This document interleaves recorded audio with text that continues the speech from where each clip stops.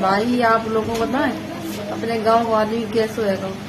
तुमसे मिलो भी रहे और पीठ पीछे तो ही बुराई बदले है। तो ऐसे इंसान से भैया बच के रहो, सावधान रहो। और कछु मतलब कछु काम करो, यूं मत कहो कि मैं दूसरे के सब बार भरोसे काम करें। अगर कुछ करना ही है तुम्हें जिंदगी में, खुद के भरोसे पे करो ना। खुद कुछ करके दिखाओ कि अब मैं मतलब खुद अपनी हिम्मत से कुछ काम ले। लोगों को लगे हाँ भाई ये इंसान ने तो सही काम करो है। अगर किसी के सहारे लेकर काम करे ना तो हमेशा ये सब इंसान नहीं कहते हैं अरे ये तो फलाने इंसान ने ऐसा कर दो।